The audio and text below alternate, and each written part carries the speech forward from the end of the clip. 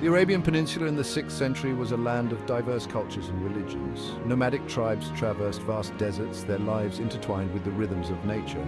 In scattered oases, settled communities flourished, cultivating date palms and engaging in trade. This was a world on the cusp of great change, a crossroads of empires and faiths. The Byzantine and Sasanian empires, locked in perpetual conflict, cast long shadows over the region. Within this volatile mix, a new force was emerging: Islam. The Arabian Peninsula was not a stranger to Christianity. The new faith had penetrated the region in the early centuries after Christ, carried by merchants and missionaries. Christian communities, some with Jewish roots, thrived in cities like Najran, located in what is today southern Saudi Arabia. These communities developed their own unique traditions, blending local customs with the tenets of their faith. They built churches, established monasteries, and engaged in theological debates with their neighbors. The story of the Martyrs of Najran unfolds against this backdrop of religious and political ferment. Nestled within the harsh Arabian landscape, Najran stood as a testament to the resilience of faith. This ancient city, strategically located on trade routes, was a flourishing center of commerce and culture. For centuries, Najran had been home to a sizable Christian community, renowned for its piety and prosperity. The Najran Christians adhered to the teachings of the Syriac Orthodox Church, with its distinctive liturgy and traditions. Their faith was deeply woven into the fabric of their lives, shaping their worldview and social interactions. The people of Najran were known for their exquisite craftsmanship, particularly in metalwork and textiles. Their caravans carried these goods along with incense and spices across the deserts, connecting them to the wider world. Najran's prosperity was not solely material. The city boasted renowned scholars and theologians who engaged in lively debates with Jewish and pagan neighbors. Their interpretations of scripture and theological treatises spread far and wide, contributing to the intellectual ferment of the age. The Najran Christians, however, were not isolated in their faith. They maintained close ties with co-religionists in other parts of Arabia, as well as in Syria and the Byzantine Empire. These connections would prove crucial in the events to come.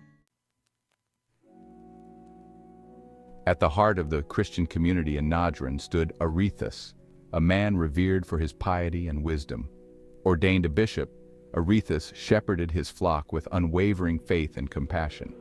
He was known for his eloquent sermons, his tireless efforts to aid the poor and sick, and his resolute defense of the Christian faith. Under his leadership, the community of Najran flourished, its churches filled with worshippers and its streets echoing with hymns of praise. Arethas was not merely a spiritual leader, he was also a skilled diplomat and negotiator.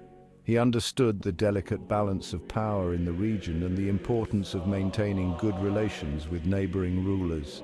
He navigated the complex political landscape with prudence and foresight, ensuring the safety and prosperity of his flock. His wisdom and diplomatic skills, however, would be put to the ultimate test as a new power arose in the south, a power hostile to Christianity. South of Najran, in the rugged highlands of Yemen, a new kingdom was flexing its muscles: Himyar. The Himyarites, skilled warriors and shrewd traders, had gradually expanded their dominion, conquering neighboring tribes and consolidating their hold on lucrative trade routes. Ambitious Himyarite rulers sought to control the flow of incense, spices, and other precious commodities that passed through their territories, enriching their coffers and fueling their ambitions. As the Himyarite kingdom grew in power and prestige, it inevitably clashed with its neighbors, including the Christian kingdom of Aksum, located across the Red Sea in present-day Ethiopia and Eritrea. The rivalry between Himyar and Aksum was multifaceted. Both kingdoms vied for control of trade routes, seeking to dominate the lucrative commerce that flowed between the Roman Empire and the East. Religious differences added another layer of complexity to the rivalry.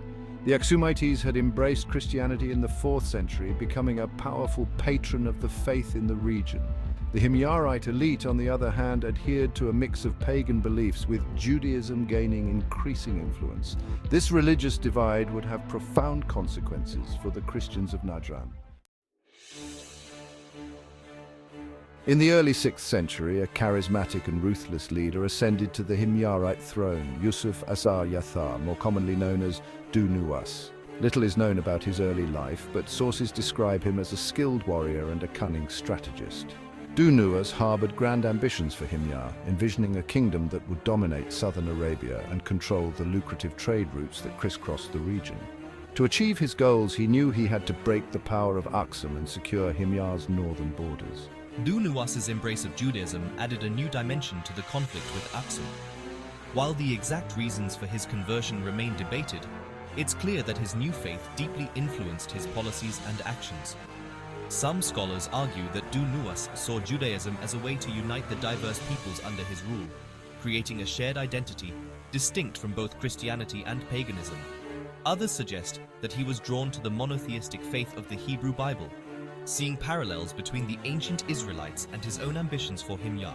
Whatever his motivations, Dunas's conversion had profound consequences for the Christians of Najran. He viewed them with suspicion, seeing them as potential allies of his Aksumite enemies and a threat to his vision of a united Himyar under Jewish rule.